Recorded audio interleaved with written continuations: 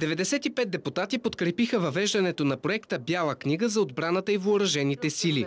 В проекта на Военното министерство е записано, че до 2014 година армията ни ще бъде сведена до 26 000 души. Количеството беше водещо в една вече отминала епоха, чието тежко наследство все още се борим.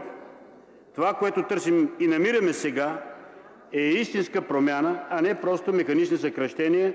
Предвижда се да бъдат съкратени 5700 военнослужещи на активна служба и 1300 цивилни. Тъй като в страната ни остана само една подводница, Военното министерство реши да прекрати съществуването на подводния флот. Администрацията на Военното министерство обаче ще остане най-незасегната. Досегашните 980 чиновници ще бъдат намалени на 750. Защо числеността на българската армия се намалява с близо 1/4 от сегашния състав, а същевременно Министерството на отбраната и структурите, които са на подчинение на министъра на отбраната, не просто запазват сегашната си численост, а се увеличават?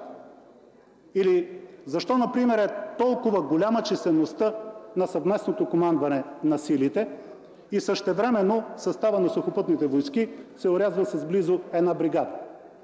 Синята коалиция подкрепи предложените съкращения с аргумента, че България нямала вече срещу кого да воюва. България е престанала да бъде фронтова държава от падането на Берлинската стена насам.